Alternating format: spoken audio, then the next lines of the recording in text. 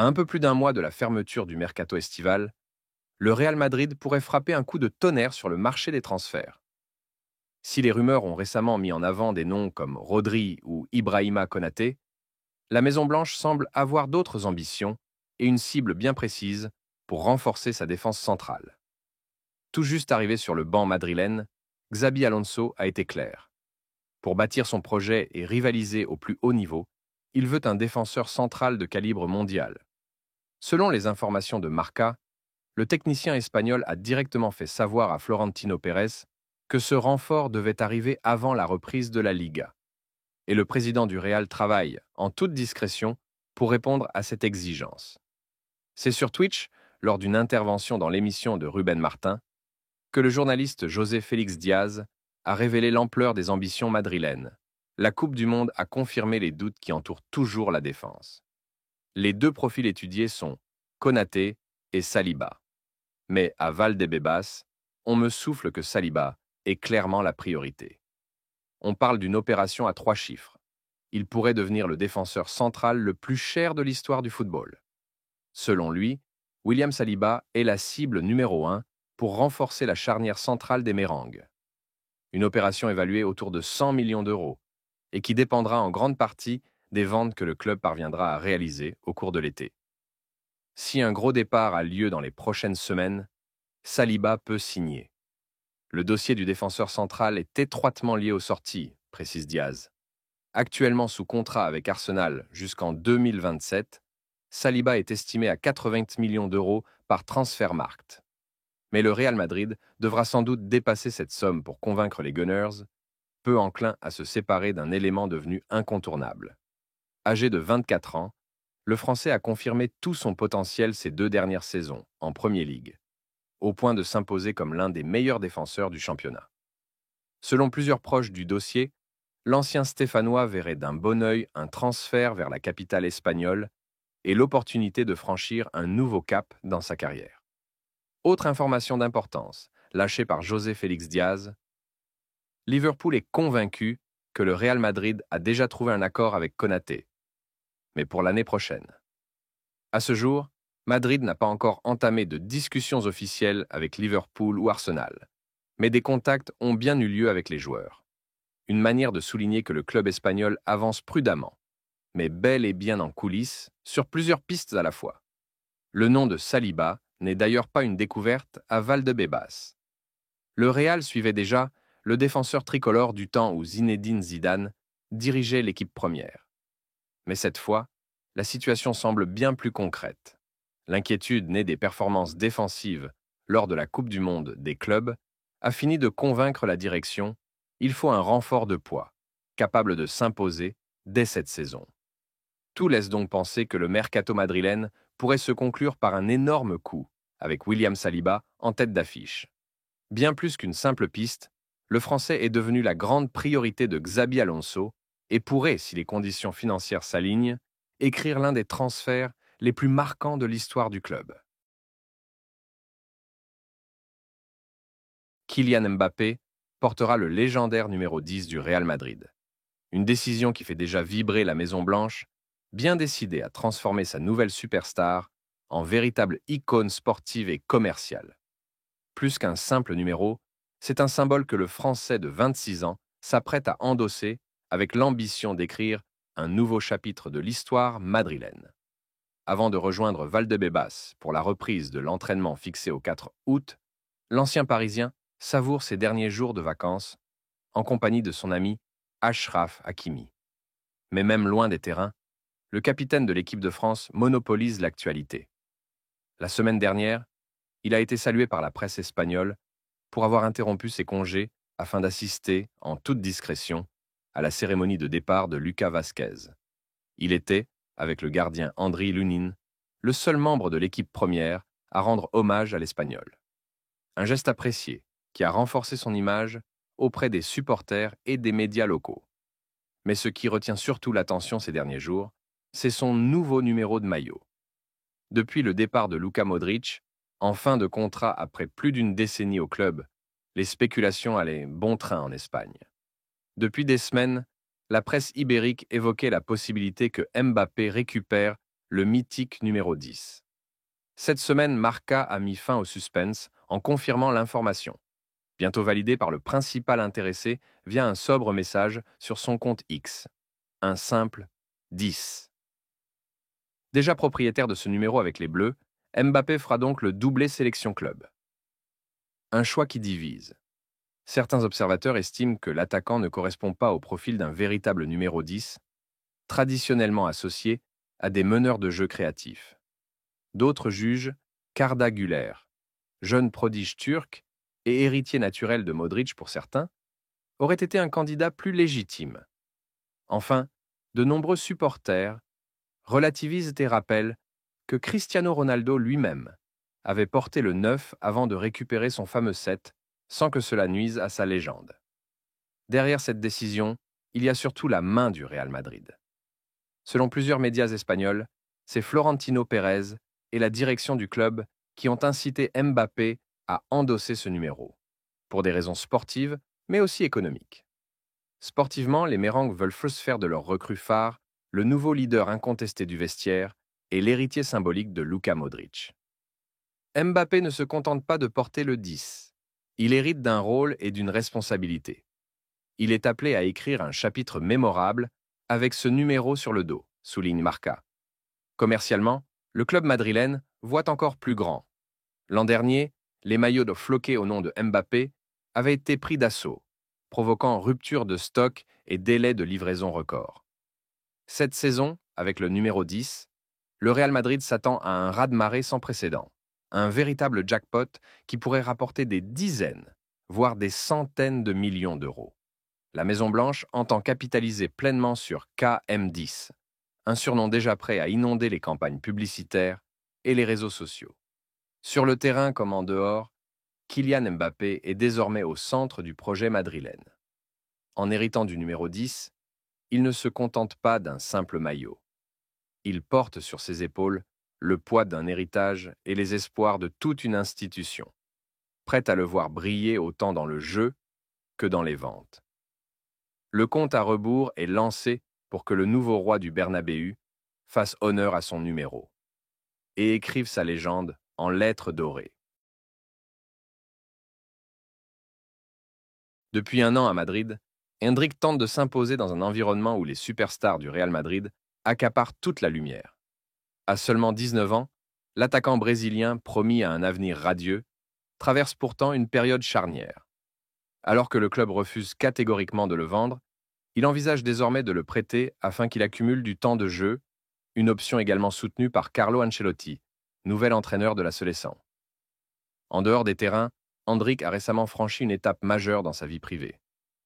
Le jeune prodige a épousé Gabrieli Miranda lors d'une cérémonie religieuse somptueuse, après s'être unis civilement en septembre dernier. Les deux amoureux ont ensuite pris la direction du Japon pour leur lune de miel. Un moment de répit bienvenu avant le retour du joueur dans la capitale espagnole le 4 août. Mais il ne retrouvera pas immédiatement le groupe de Xabi Alonso. Toujours blessé, il doit encore patienter avant de pouvoir fouler les pelouses. Sa mésaventure physique remonte à la fin du mois de mai. Touché aux ischio-jambiers, Endrick avait déjà été privé de la Coupe du Monde des clubs. Malgré un déplacement avec l'équipe aux États-Unis pour poursuivre sa rééducation, sa tentative de reprise s'est soldée par une rechute. Initialement annoncé absent pour 6 semaines, son retour est désormais estimé entre 8 et 10 semaines, selon la presse ibérique. Un revers qui repousse ses grands débuts sous les ordres de Xabi Alonso et compromet ses chances de s'imposer rapidement dans l'effectif mérengue. Cette absence prolongée profite directement à Gonzalo Garcia, 21 ans. L'Espagnol s'est imposé comme l'une des révélations du club en inscrivant 4 buts et délivrant une passe décisive en 6 rencontres, alors que Kylian Mbappé manquait également les premières échéances. D'après la Cadena SER, Garcia continuera de faire partie du groupe professionnel au moins jusqu'à la trêve. Une opportunité en or pour s'installer durablement et, potentiellement, reléguer Endrick au second plan. ESPN révèle que le staff madrilène, convaincu par le profil de Garcia, juge qu'il répond mieux aux besoins de Xabi Alonso, qui recherche un attaquant robuste et efficace, dans le style de Joselu. Florentino Pérez aurait donc revu sa position, ouvrant la porte à un prêt pour Endrick en Liga, afin qu'il gagne de l'expérience et progresse sans freiner son évolution. Carlo Ancelotti, qui espère voir le prodige au Mondial 2026, appuie également cette solution, la considérant comme essentielle pour sa croissance sportive. Mais le principal intéressé s'oppose fermement à cette idée. Endrick, dont le retour est attendu en septembre, refuse de quitter Madrid. Il cite l'exemple de Vinicius Junior, qui, en persévérant, a fini par s'imposer au Real. À l'inverse, il redoute de connaître le même sort que Régnier, dont les prêts successifs ont freiné la progression. Les dirigeants tentent de le convaincre en garantissant qu'il ne partirait qu'une saison, mais le jeune attaquant reste inflexible. Entre la volonté du club, l'émergence d'un concurrent inattendu et son désir de suivre sa propre voie, l'avenir d'Endrick s'annonce incertain. Le feuilleton, déjà brûlant, ne fait que commencer dans la capitale espagnole. Le Real Madrid est sur le point de faire un choix décisif concernant son couloir gauche. La Casablanca ne souhaite pas empiler 3 latéraux pour un seul poste, et tout laisse à penser que Ferland Mendy sera celui qui devra plier bagage. Une situation surprenante, surtout pour un joueur qui, moins d'un an auparavant, avait prolongé son contrat jusqu'en 2027, une prolongation annoncée publiquement par Carlo Ancelotti et non par le club lui-même, lors d'une conférence de presse. Mais dans la capitale espagnole, tout évolue vite, et l'avenir du Français semble désormais s'écrire loin du Santiago Bernabéu. Le constat au sein de la direction madrilène est limpide.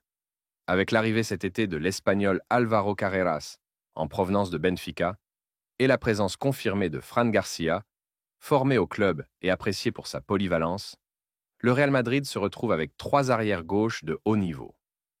Une situation jugée ingérable par les décideurs, d'autant plus que Xabi Alonso, fraîchement nommé entraîneur, souhaite travailler avec un effectif resserré, sans doublons inutiles. Et malgré des prestations solides la saison passée, ponctuées de quelques performances décisives en Liga et en Ligue des Champions, Mendy semble être celui qui doit céder sa place. Selon plusieurs médias français, le Real Madrid ne compte pas se montrer inflexible. Conscient que son profil peut attirer plusieurs clubs européens et désireux d'accélérer les mouvements du mercato, le club merengue serait prêt à accepter une offre comprise entre 10 et 15 millions d'euros. Un tarif particulièrement abordable pour un joueur de 29 ans, expérimenté au plus haut niveau et qui a remporté 2 Ligues des Champions avec Madrid. Ce prix d'amis est perçu comme un signal clair. Le Real veut faciliter le départ du défenseur pour boucler rapidement son mercato défensif et concentrer ses ressources sur d'autres renforts. En France, plusieurs clubs suivent attentivement le dossier. L'Olympique de Marseille et le Stade Rennais, toujours en quête de joueurs capables d'apporter de l'expérience et une solidité défensive, auraient manifesté un intérêt. Mais pour l'heure, aucune offre concrète n'a été formulée. Les 2 clubs scrutent l'évolution de la situation, probablement en attendant que le Real Madrid officialise son intention de vendre et clarifie sa position lors de la reprise de la pré-saison. De son côté, Ferland Mendy garde le silence. Le latéral, actuellement en phase finale de rééducation après une blessure contractée en fin de saison dernière, espère être pleinement opérationnel pour le 4 août, date de la reprise sous les ordres de Xabi Alonso. Pour lui, ce sera peut-être l'ultime occasion de convaincre le nouvel entraîneur de le conserver. Mais, sauf retournement de situation, la tendance reste claire. Le Real Madrid ne souhaite pas conserver 3 joueurs au même poste, et le départ de Mendy apparaît comme inéluctable. Cette décision marquerait la fin d'un chapitre contrasté pour l'ancien Lyonnais à Madrid. Arrivé en 2019 pour environ 48 millions d'euros, Mendy a connu des hauts et des bas, alternant entre blessures, critiques sur ses performances offensives et reconnaissance pour sa solidité défensive lors des grands rendez-vous. S'il quitte Madrid cet été, ce sera probablement pour relancer sa carrière dans un projet où il pourra retrouver un rôle de titulaire indiscutable. Le Real Madrid a enfin clarifié la situation d'Eduardo Camavinga, au centre de nombreuses rumeurs cet été. Le Français de 22 ans, qui sort de plusieurs mois compliqués sur le plan physique, restera bel et bien merengue. Malgré plusieurs sollicitations venues d'Angleterre, la Casablanca et le joueur ont pris une décision ferme. Camavinga ne bougera pas cet été. Pour les champions d'Espagne, l'enjeu est simple. retrouver l'équilibre. Après une saison 2024-2025 marquée par l'absence de Toni Kroos, parti à la retraite après un dernier triomphe en Ligue des Champions, et le départ cet été de Luka Modric, dont le contrat n'a pas été prolongé, les Madrilènes ont perdu deux légendes et leaders incontestés du vestiaire. Le Croate, réduit à un rôle secondaire l'an passé, a choisi de poursuivre sa carrière à l'AC Milan. Xabi Alonso, fraîchement nommé entraîneur, a très vite pointé un manque dans son effectif. Après la Coupe du Monde des clubs de la FIFA, l'Espagnol a demandé à ses dirigeants de recruter un milieu défensif de métier. Le nom de Rodri, l'incontournable de Manchester City, circule avec insistance. Mais l'opération s'annonce complexe, voire irréalisable cet été. En attendant, le coach basque devra compter sur les joueurs en place. Aurélien Tchouaméni, solide lors du Mondial des clubs, Fede Valverde, toujours indispensable par sa polyvalence, et Arda Güler, à qui l'on promet un rôle plus important. Jude Bellingham, encore à l'arrêt, devrait lui aussi retrouver progressivement les terrains. Quant à Dani Ceballos, annoncé tout proche d'un retour au Betis, il a reçu les garanties nécessaires d'Alonso pour rester et jouer un rôle cette saison. Mais la véritable interrogation concernait Camavinga. Victime d'une rupture complète du tendon de l'adducteur gauche en avril dernier, l'international français n'a plus foulé les pelouses depuis 75 jours, manquant ainsi 12 rencontres et la Coupe du Monde des clubs. Une absence frustrante qui a privé Xabi Alonso d'un aperçu concret sur la meilleure utilisation du joueur, capable de briller en sentinelle, relayeur ou même latéral gauche. Ces dernières semaines, plusieurs sources en Angleterre évoquaient un intérêt persistant de Manchester United et d'Arsenal, prêts à profiter de cette incertitude pour tenter un gros coup. Mais selon la Cadena Ser, citant le journaliste Anton Meana, le dossier est désormais clos. Son entourage nous a confirmé qu'il n'a jamais été proche d'un départ, malgré les rumeurs d'offres en Premier League. Eduardo souhaite rester, et le Real Madrid n'a aucune intention de s'en séparer, précise la radio espagnole. Le club voit toujours en Camavinga un élément central de son projet à long terme. À 22 ans, l'ancien Rennais reste considéré comme un joueur capable d'incarner l'avenir du milieu madrilène aux côtés de Bellingham, Tchouaméni et Valverde. Son retour progressif à la compétition est attendu dans les prochaines semaines, avec l'objectif de redevenir une pièce maîtresse du dispositif d'Alonso. Verdict sans appel. Eduardo Camavinga restera au Real Madrid pour la saison 2025-2026. Ni les sirènes anglaises, ni les doutes récents ne changeront cette réalité. Annoncé partant depuis le début du mercato estival, Fran Garcia devrait finalement poursuivre son aventure au Real Madrid. L'arrivée d'Alvaro Carreras, latéral gauche espagnol, recruté pour 50 millions d'euros en provenance de Benfica, laissait pourtant présager un départ quasi certain de l'ancien joueur du Rayo Vallecano. Mais Xabi Alonso, nouvel entraîneur des Mérangues, a tranché. Il compte bel et bien sur Fran Garcia pour la saison à venir. L'Espagnol formé à la Casablanca sera la doublure officielle au poste, un rôle stratégique dans le futur projet du club, comme l'a révélé le quotidien AS. La décision de Xabi Alonso ne surprend pas vraiment ceux qui suivent le latéral de près. Durant la dernière saison, et notamment lors de la Coupe du Monde des clubs, Fran Garcia a su s'imposer comme un joueur fiable et régulier. Avec 54 apparitions, toutes compétitions confondues, et plus de 3500 minutes disputées, il a prouvé sa capacité à enchaîner les matchs et à répondre présent dans les grands rendez-vous. Ses performances lui ont permis de devancer progressivement Ferland Mendy dans la hiérarchie, un Mendy de plus en plus miné par des blessures à répétition, qui l'empêchent de retrouver son meilleur niveau. Pour le Real Madrid, la situation est désormais claire. Avec l'arrivée de Carreras et la confirmation de Fran Garcia, un départ au poste de latéral gauche semble inévitable. Et celui qui pourrait faire ses valises n'est autre que Ferland Mendy. Le défenseur français, sous contrat jusqu'en 2028, reste très apprécié par la direction, mais ses soucis physiques, combinés à la montée en puissance de ses concurrents, le placent dans une position délicate. Les dirigeants madrilènes sont ouverts à l'idée d'un transfert si une offre satisfaisante arrive sur la table, d'autant que sa valeur marchande reste élevée. Problème. Mendy ne serait pas pressé de partir.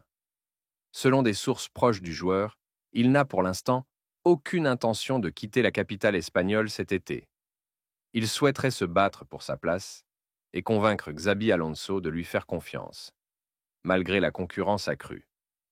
De son côté, Fran Garcia a été courtisé tout au long du mercato. L'AC Milan, notamment, avait fait de lui une priorité pour renforcer son couloir gauche.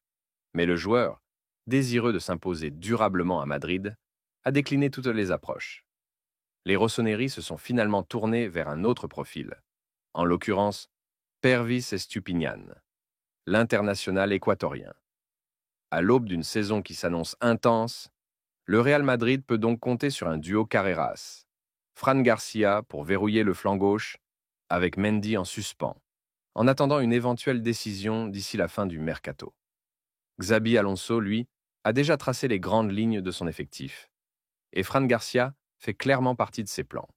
Pour l'Espagnol, formé à la Maison-Blanche et désormais bien installé dans la rotation, c'est l'opportunité rêvée de confirmer son statut et de s'affirmer comme un élément incontournable de l'avenir madrilène.